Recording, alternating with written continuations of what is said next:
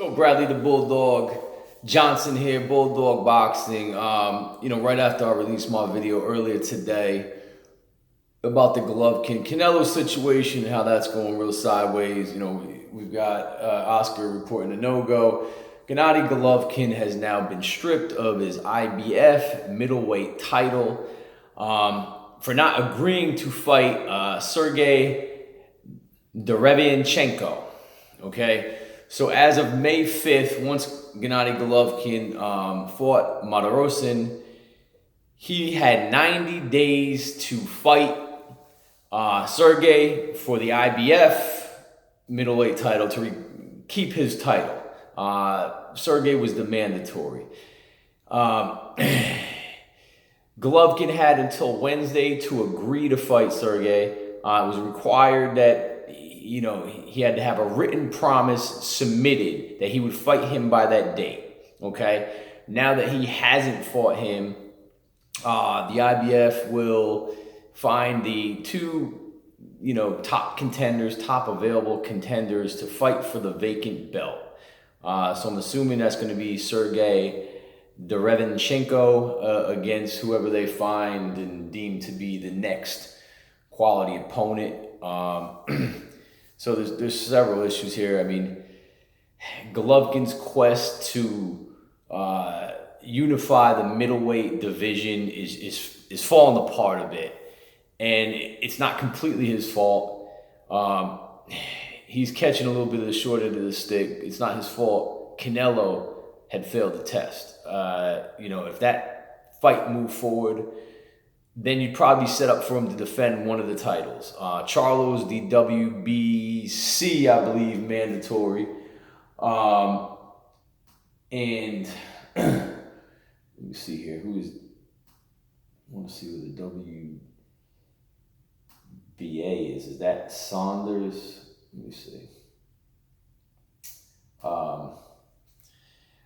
So it's Billy Joe Saunders, WBO.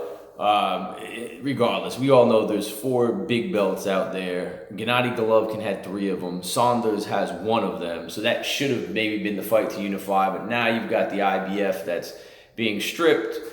So, who knows what route he goes at this point. To unify the titles, obviously the big money fight was more important with Canelo. That's obvious. I mean, at 36 years old, a guy who's been around, dominating the division for a while, I think he would have just as well chose to, get that Canelo fight out the way and really put a stamp on his career, although we already know he won the first fight. I mean, pretty much everyone watching, everyone ringside know that. We already see the haters coming out. Now, you got to understand where the Gennady Golovkin hate comes from. If you really follow the timeline in boxing, at the time Mayweather was towards the end of his run, and we know Mayweather, anyone who watched Mayweather, yes, he's great, one of the greatest out, but he was more of a businessman than a boxer, because he picked and chose, at will. Okay, he fought some really, great champions, obviously. Some would argue too late in the career, but he still did. So, but what's the importance of the timeline? Okay, so there are a lot of fans that didn't like Mayweather because of the way he handled his business, and he kind of bullshitted about I'm always fighting the best, and a lot of people just didn't believe it. Okay, now whether you believe it or not, it doesn't matter. But this is what happened. This young guy, Gennady Golovkin, is coming up, and he's just destroying everyone in his path, okay? No cockiness, no, throwing money at hookers at the strip club, anything short of pouring champagne on him. And I could care less what he does in his personal life, but that's what you had there. You had this brash, flashy guy that liked to lie, talked a ton of shit, and never knocked anyone out, and was just like straight up. The fights were great for a boxing purist. He was phenomenal, best defender I've ever seen. He turned his offense on at times, but you had a guy coming up that was just running through people. and he was actually exciting fans, okay? So that Mayweather crowd, generally speaking, the Mayweather lovers became Gennady Golovkin haters, okay? As Mayweather retired, they all jumped on the Ward bandwagon, okay? So they were always looking to discredit Gennady, a lot of them, okay? So what happens now, Golovkin has a close fight with Jacobs. It fueled people to say, look, he's overrated. He's a hype job, white hype, some would say, obviously.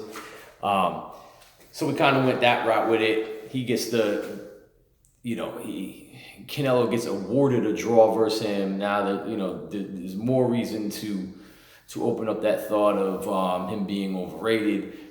And now I've even heard some people come out already. Oh, look, he gave up the belt to Derevyanchenko. He doesn't want to fight Charlo. He doesn't want this. He's only about the money, blah, blah. Those same Mayweather fans, which we knew was only about the money, he changed his name to Money, are now sitting here saying, oh, Gennady's only about the money. There is a business aspect to it, and I agree with Mayweather and Gennady on this. You have to get your money while you're in and while your brain's intact. So they're both kind of doing the same thing at this point, and you've got to understand that you've got to balance it out. The money, obviously, is important, and your legacy is important. So where does Golovkin go from here? Because it is a bit of a mess. Me personally, fight Charlo. Next fight, Charlo. That's it. Shut everybody the fuck up. If you fight Charlo, there's no concerns. We're not going to be talking about Derevyanchenko, because no one gives a shit about that fight right now. He's not a name. Sorry, he's not. You probably sell 8,000 tickets for that fight, even with Gennady fighting that has a big crowd. Now, I guess you do it in the Garden, you'll probably sell it out with the right promotion. No one gives a shit about him fighting Sergey, okay? They want Canelo or we want Charlo. That's it. Now, your other fight is Murata in Japan, as I mentioned in my last video. If he wants the money, you go to Japan and fight him and you make that big payday.